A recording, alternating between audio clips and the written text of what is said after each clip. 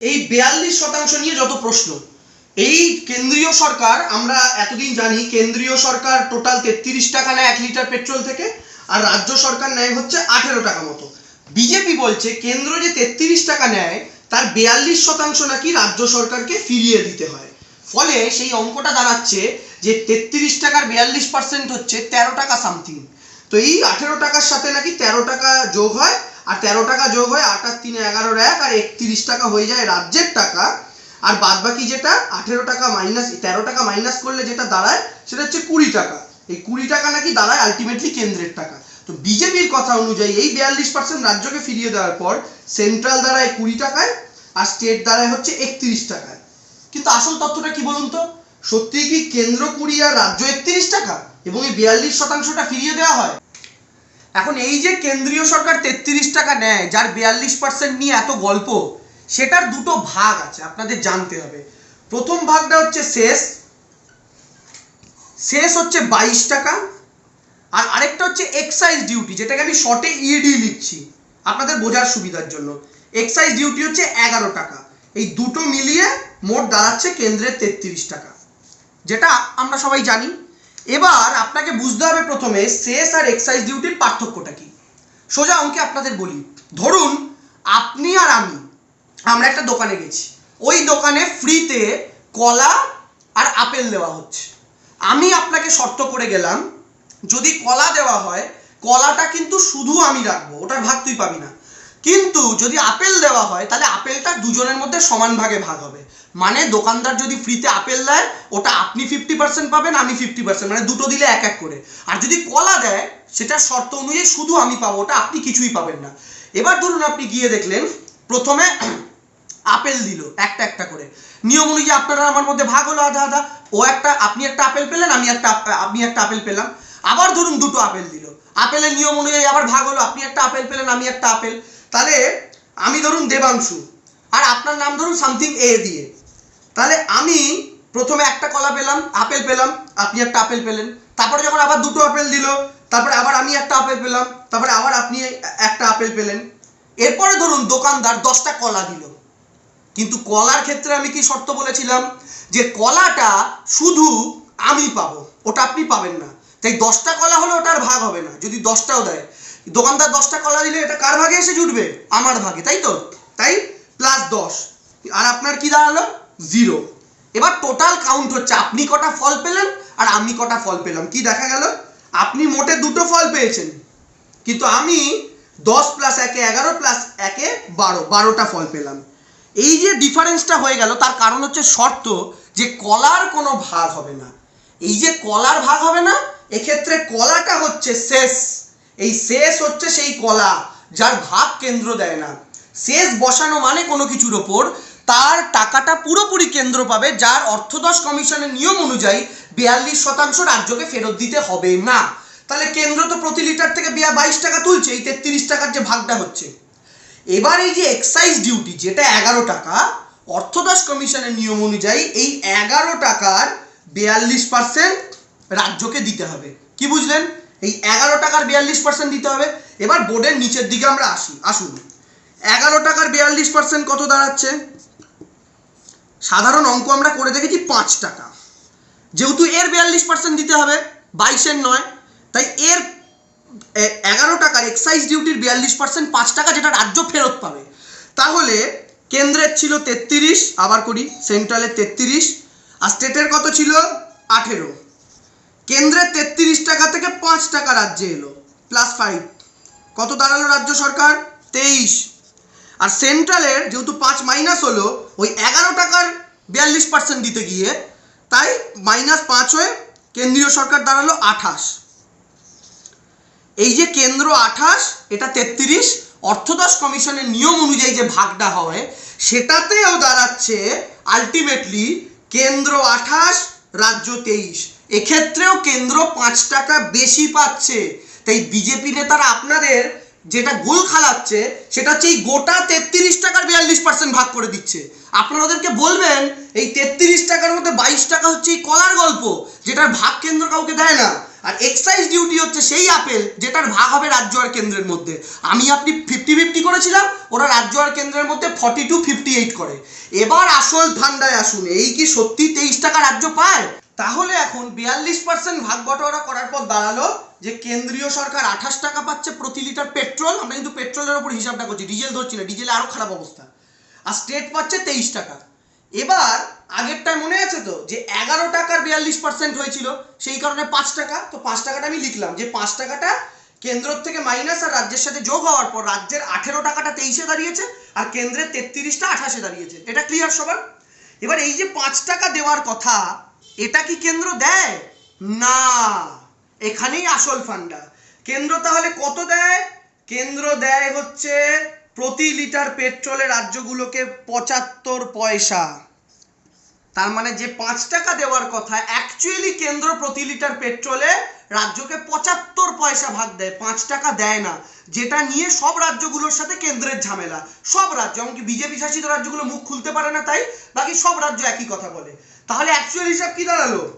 প্রথমটা সেন্ট্রাল ছিল 33, স্টেট ছিল 18, 42%-এর জায়গায় 75 পয়সা মাইনাস করুন 0.75, আর রাজ্যের সাথে প্লাস 0.75, কেন্দ্র দাঁড়ালো 32 টাকা 75 পয়সা, রাজ্য দাঁড়ালো 18 টাকা 75 পয়সা।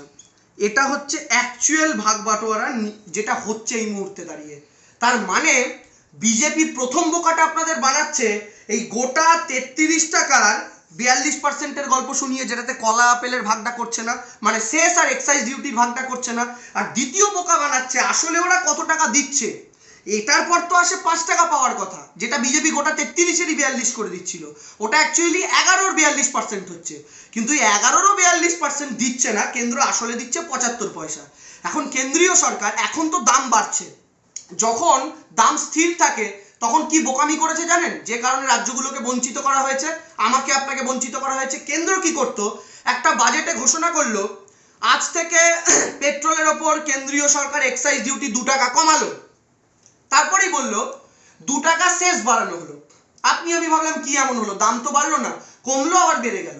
কিন্তু ব্যাপারটা বুঝুন, কেন্দ্র যখন এক্সাইজ ডিউটি 2 টাকা কমাচ্ছে আর শেষ 2 টাকা বাড়াচ্ছে +2, এটা -2, কি দাঁড়াচ্ছে আলটিমেটলি? কেন্দ্র শেষ 2 টাকা বাড়াচ্ছে মানে রাজ্যকে যে টাকাটার ভাগ দিতে হবে না ওই টাকাটা কেন্দ্র বাড়াচ্ছে এক্সাইজ ডিউটি থেকে মাইনাস করে। কিন্তু আমি আপনি আদার ব্যাপারী, জাহাজের খোঁজ রেখে কি হবে?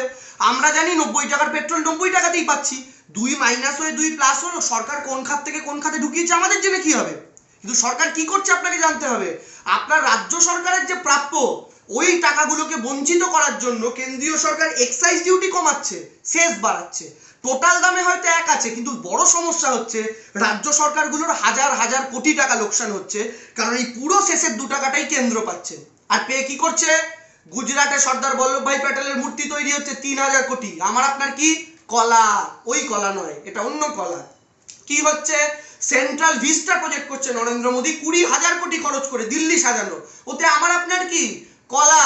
আমার আপনার কিচ্ছু যায় আসে না। এই 2 টাকাটা নিয়ে কেন্দ্র কি করছে?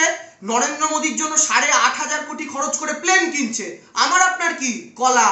কারণ তেলের দাম থেকে শুরু করে আমার আপনার মা বাবারা যে গ্যাস ব্যবহার করে 1000 টাকা দাম হয়ে গেছে, ডিমের দাম বেড়েছে, দুধের দাম বেড়েছে, সমস্ত নিত্য প্রয়োজনীয় জিনিসের দাম বেড়েছে শুধু পেট্রোল ডিজেলের জন্য। তাই নরেন্দ্র মোদী নিজের প্লেন কিনলেন না গুজরাটে মূর্তি বানালেন, আমার আপনার তো কিছু হবে না।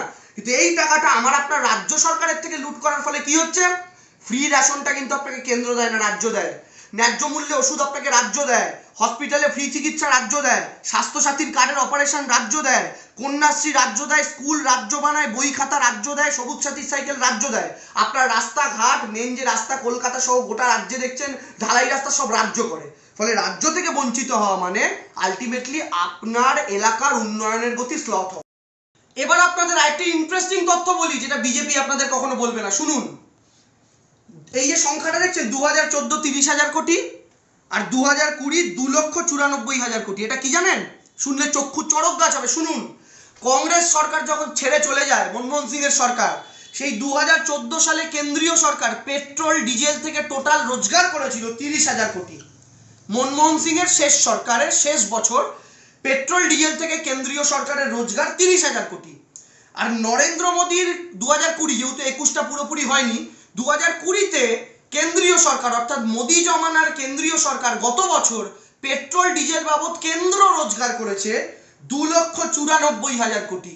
অর্থাৎ আপনি যদি পুরোপুরি রাউন্ড ফিগার করেন প্রায় 3 লক্ষ কোটি টাকা। অর্থাৎ এই সময় 30,000 কোটি, এই সময় 3 লক্ষ কোটি। আপনি বলুন তো তাহলে কার কমানো দরকার করের টাকাটা? বিজেপি একটা কথা বলছে, এই সময় মহামারী এসছে, এই সময় কি করে করা দরকার, কেন্দ্রের খরচ আছে ঠিক। আচ্ছা বাংলাদেশে আসেনি করোনা, শুধু ভারতে এসছে? পাকিস্তানে আসেনি করোনা, ভারতে এসছে? নেপালে আসেনি, শুধু ভারতে? শ্রীলঙ্কায় আসেনি, শুধু ভারতে? শ্রীলঙ্কা, বাংলাদেশ, নেপাল, মায়ানমার, ভুটান প্রত্যেকটা দেশে ভারতবর্ষের থেকে অনেক কম দামে পাওয়া যাচ্ছে। এমনকি আমি তো বাংলাদেশে 75 টাকায় সম্ভবত পেট্রোল পাওয়া যাচ্ছে, আমি যতদূর দেখেছিলাম। আমি দামটা এখনো কনফার্ম বলতে পারবো না। প্রত্যেকটা দেশে কম। তাহলে সেই দেশগুলোকে কি করতে হয়েছে? প্রত্যেককে করোনা সামলাতে হয়েছে, সব দেশকে লকডাউন করতে হয়েছে, সব দেশকে মাস্ক, স্যানিটাইজার সব করতে হয়েছে, সব দেশকে অক্সিজেন প্ল্যান্ট বানাতে হয়েছে। বরং ভারতবর্ষ নিজের দেশে ভ্যাকসিন তৈরি করেছে। ভারত বায়োটেক বলুন বা সিরাম ইনস্টিটিউট, যে কোভ্যাক্সিন আর কোভিশিল্ড আমি আপনি নিচ্ছি ওটা ভারতে তৈরি। কিন্তু পাকিস্তান, বাংলাদেশ, নেপাল, ভুটান এদেরকে ভ্যাকসিন কিনতে হয়েছে। এদের দেশে ভ্যাকসিন তৈরি হয়নি, এদের খরচাটা ভারতের চেয়ে অনেক বেশি। কিন্তু তা সত্ত্বেও এই দেশগুলোতে কম, ভারতে বেশি। কিসের বাহানায়? আর কোনোদিন শুনেছেন রাজ্য সরকার পেট্রোলের দাম বাড়িয়েছে? না, কেন্দ্রীয় সরকার বাড়িয়েছে। বিজেপির নেতাদের প্রশ্ন করুন তো, নরেন্দ্র মোদী যখন 2014 সালে বারবার পেট্রোল ডিজেলের দাম বাড়া নিয়ে প্রতিবাদ করতেন, তখন কি এটা মাথায় রেখে করতেন না যে রাজ্য সরকারগুলো নাকি দাম কমাচ্ছে না বলে, কর কমাচ্ছে না বলে করছে? আচ্ছা বাদ দিন, মমতা ব্যানার্জি নাকি কর কমায়নি, তাও জেনে রাখুন 1 টাকা করে দিদি 2বার কর কমিয়েছে, কেন্দ্র একবারও কর কমায়নি। মমতা ব্যানার্জি 2বার করার পর কেন্দ্র 2বার করুক? কেন্দ্র তো অনেক বেশি ট্যাক্স পায় রাজ্যের থেকে, করেনি, প্রথম কথা। আর দ্বিতীয় কথা, বিজেপি শাসিত তো আরো 20টার উপর রাজ্য আছে। কোন রাজ্য ট্যাক্স কমিয়েছে বলুন তো রাজ্য সরকার? সেসব রাজ্যগুলোতে সব 100 টাকার উপরে পেট্রোল। সেসব রাজ্যগুলো নিয়ে কোনো কথা বলছে না কেন ভারতীয় জনতা পার্টি? বিজেপি আরো একটা ভুল তথ্য দিচ্ছে, বলছে কংগ্রেস সরকারের সময় অয়েল বন্ড কেনা রাখা ছিল, আর সেই অয়েল বন্ডের জন্য এখন ভারত সরকারকে তার সুদ এবং আসলের টাকা দিতে গিয়ে নাকি পেট্রোল ডিজেলের দাম বাড়াতে হচ্ছে। এটা বলেছে তো, আপনারা শুনেছেন? আচ্ছা অয়েল বন্ড বাবদ কত টাকা করে দিতে হয় ভারত সরকারকে জানেন? দেখুন, অয়েল বন্ড বাবদ ভারত সরকারকে বছরে 10,000 কোটি দিতে হয় আন্তর্জাতিক বাজারে। কত? 10,000 কোটি, তাই তো? 10,000 কোটিটা কখন? মাসে নয়, বছরে। কিন্তু এই তথ্যটার দিকে আরেকবার তাকান তো, এই যে এই তথ্যটা, কেন্দ্রীয় সরকার বছরে কত টাকা করে রোজগার করছে এখন? 2,94,000 কোটি। এটা আগে কত করত? 30,000 কোটি। যখন আপনি 2,94,000 কোটি ইনকাম করছেন, সেখান থেকে তো আপনার 10,000 কোটি বছরে বন্ডের টাকা দেওয়া কোনো ব্যাপারই না। কারণ 2,94,000 কোটি থেকে যদি 10,000 মাইনাস করেন, তাহলেও 2,84,000 কোটি থাকছে, যেটাও কংগ্রেসের জমানার 30,000 কোটির চেয়ে অনেক গুণ বেশি। তাহলে এটা কোনো বাহানাই নয়। কারণ আপনার মাসে 1 লাখ টাকা খরচ, আপনি কেন আপনার সন্তানকে পড়াশোনার ফিস দিতে পারছেন না, এই অজুহাত তো আশা করি আপনি এটা দেবেন না যে আপনাকে রোজ একটা করে লজেন্স কিনে খেতে হয় সেই কারণে। এটা তো হতে পারে না। আর যে 1 লাখ টাকা রোজগার করে তার জন্য 1 টাকার লজেন্স কখনো 200 টাকার সন্তানের পড়াশোনার বাহানা হতে পারে না। ঠিক সেভাবেই যদি 30,000 টাকা রোজগার থাকতো এখনো কেন্দ্রীয় সরকারের, আমি মানতে পারতাম 10,000 কোটি ইলেকট্রাল বন্ডের টাকা দিয়ে কেন্দ্রের অনেক ক্ষতি হবে, কারণ মাত্র 20,000 কোটি বাঁচবে। কিন্তু এখন তো মোদিজি 2,94,000 কোটি ইনকাম করেন, সেখান থেকে 10,000 কোটি দিলেও তো কিছুই না, হাতের ময়লা। তার মানে এই অয়েল বন্ডের কথাটাও সম্পূর্ণ রকমের মিথ্যা, মিথ্যা এবং মিথ্যা। বিজেপির লোকেদেরকে বলবেন এই পশ্চিমবঙ্গকে শেষ 14 মাসে আমাকে আপনাকে যা সামলাতে হয়েছে ওদের কাউকে হয়নি। করোনার প্রথম ওয়েভ গোটা দেশের সাথে বাংলা সামলেছে 2020-তে। আমফান কেবল বাংলাকে সামলাতে হয়েছে 2020-তে। 240 বছরের সবচেয়ে বড় ঝড় আমার দাদুর দাদুর দাদুর দাদুও দেখেনি। কোভিডের দ্বিতীয় ওয়েভ গোটা দেশের সাথে বাংলাকে সামলাতে হয়েছে। আবার ইয়াস, যেটা মেজর শুধু বাংলাকে সামলাতে হয়েছে। তার মানে করোনা 1, আমফান, করোনা 2, ইয়াস, এই 4টে সমস্যাকে সামলানোর পর বাংলার সরকারের ট্যাক্স বাড়ানো উচিত ছিল পেট্রোল ডিজেলে, বাংলার সরকার বাড়ায়নি। তাই দেশের প্রয়োজনে বাড়াতে হয়েছে, এই কুযুক্তিটা বিজেপির নেতারা দেবেন না। যদি দেনও তাহলে প্রশ্ন করবেন আচ্ছা গ্যাসে তো কোনো রাজ্য সরকারের ট্যাক্সের ব্যাপার নেই, তো এই মুহূর্তে দাঁড়িয়ে 900 টাকার কাছাকাছি রান্নার গ্যাসের দাম কেন বলুন তো? এই মুহূর্তে দাঁড়িয়ে গোটা দেশে ডিমের দাম বাড়ছে কেন, গোটা দেশে দুধের দাম বাড়ছে কেন? রাজ্য সরকার তাও বলেছে কেন্দ্র বাড়ালেও রাজ্য 2 টাকা বাড়াবে না দুধের দাম। রাজ্য সরকারের মন্ত্রী কদিন আগে বলেছেন সব জিনিসের মার্কেটে সবজির বাজারে আগুন। কেন? কারণ শুধু পেট্রোল ডিজেলের দামের জন্য। তাহলে গ্যাসের টাকাটা কেন বাড়াচ্ছেন মোদিজি? আর আপনারা যারা গ্যাস কিনছেন সত্যি করে বলুন তো, গ্যাসের ভর্তুকির টাকাটা আর ব্যাংকে ঢোকে? কত টাকা ঢোকায় নরেন্দ্র মোদিজি? এভাবে কেন্দ্রীয় সরকার পরস্পর আমাকে আপনাকে বোকা বানানোর একটা রাজনীতি করে চলেছে। এই ছোট অঙ্কের মাধ্যমে আপনাদেরকে বোঝানোর চেষ্টা করলাম। 1 নম্বর বোঝালাম যে সেস আর এক্সাইজ ডিউটির তফাৎ, এই দুটোর মাধ্যমে বিজেপি কিভাবে আপনাকে বোকা বানাচ্ছে, কোন টাকাটা আসলে দেওয়া হয়। দ্বিতীয় আপনাদের বললাম আসলে 42% দেওয়া হয় না, মানে এক্সাইজ ডিউটির 11-র 5%, মানে 11-র 42% যেটা 5 টাকা হয়, সেই 5 টাকা দেওয়া হয় না, আসলে 75 পয়সা দেওয়া হয়।